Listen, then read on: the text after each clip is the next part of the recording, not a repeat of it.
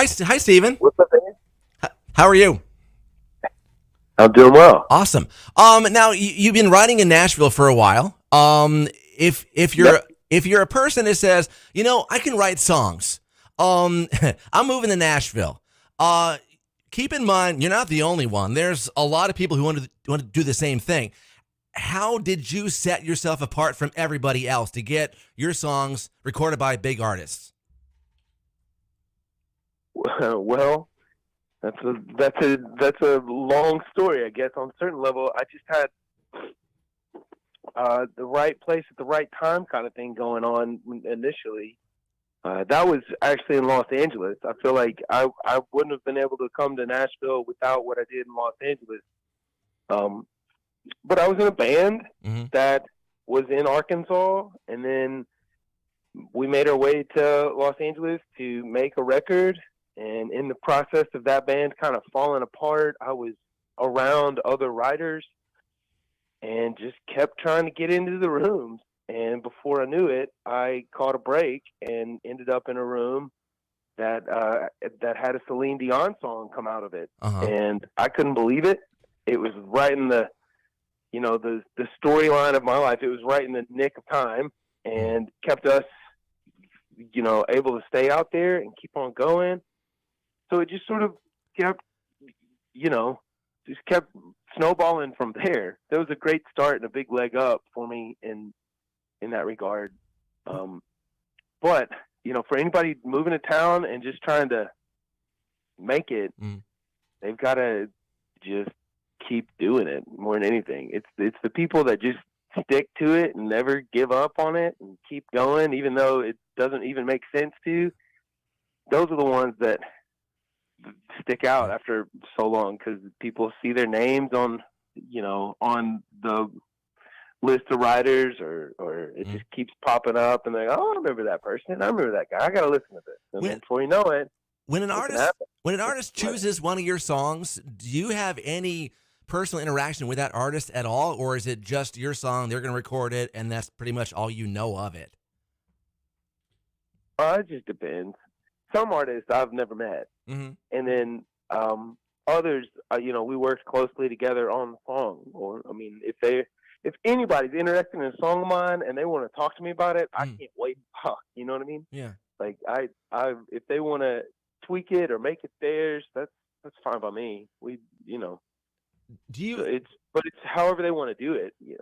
There's a country artist, Joe Nichols, that just cut a song a little while ago, maybe about 6 months ago, and I never met him. I didn't get the chance to meet him.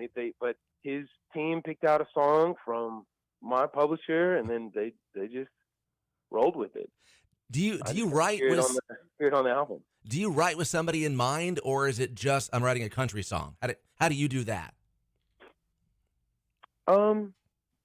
Just write what we're feeling in the room. I mean, usually it's a collaborative process, right?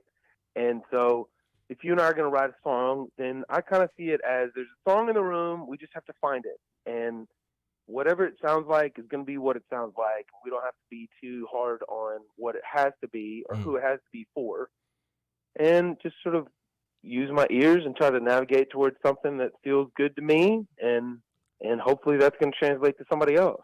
Now, you're on The Voice this season. Why did you choose to come out and sing, and why The Voice for you in your career? Well, it's funny. We're talking about publishers, right? My publisher had kind of threatened it. Like, Steven, I'm going to put you on The Voice. I'm going to sign you up. And, like, if so long goes by, then I'm eventually just going to do it. And one day she called me and said, I did it. And I really smiled immediately, and I was excited immediately just because it's an exciting thing to do. And by the time I, said, okay, well, let me go through the audition process, and that was such a journey. It took months to even get through the audition process. And then, so all of this time, it was something like, well, if it happens, and if I get to go, out to California, then these things, then I'll do this, blah, blah, blah. But very quickly it was like, oh, this is happening? Like I need to figure out a song to sing, and I need to figure out what I'm doing here, because it started moving at lightning speed once it was on. And I guess the why is because I love singing, and this is, what a awesome thing to be a part of, where the best singers go to throw down. I love it. Now you're on Camila Caballo's team. What is she like as a coach for you? Does she benefit you and your style? Yeah. Well, she's hilarious, and she's incredibly smart, because I don't know, what she has to say has always been spot on, and navigates towards the point of whatever, I feel like I needed to hear, just as I'm learning to be a performer, like as I'm learning to, put myself into these songs. She's pretty well versed in all of that and what it takes to do it. So I don't know. I feel like I kind of hit the coach jackpot, to be honest. Has the thought of writing a song for her crossed your mind? Absolutely. You kidding me? I'm already brainstorming, just trying to wait on the right time to throw it out there. Now, a song you write for her, would it be more pop or more country? Definitely more pop. Uh-huh. I cut my teeth on pop music. That's where I feel like my wheelhouse is and what I love. And living in Nashville, we moved here to make sure that we were a little closer to family, with their boys growing up. And it was just sort of a matter of practical, not necessarily I wanted to be, I'm good at writing any kind of song, but I had to adapt. One thing I learned about Nashville is, though, it's lyrics. It's like there's just masters of lyrics here that just blow my mind. And I'm trying to sit in rooms where I can learn from the greats, because they do live here. That's for sure.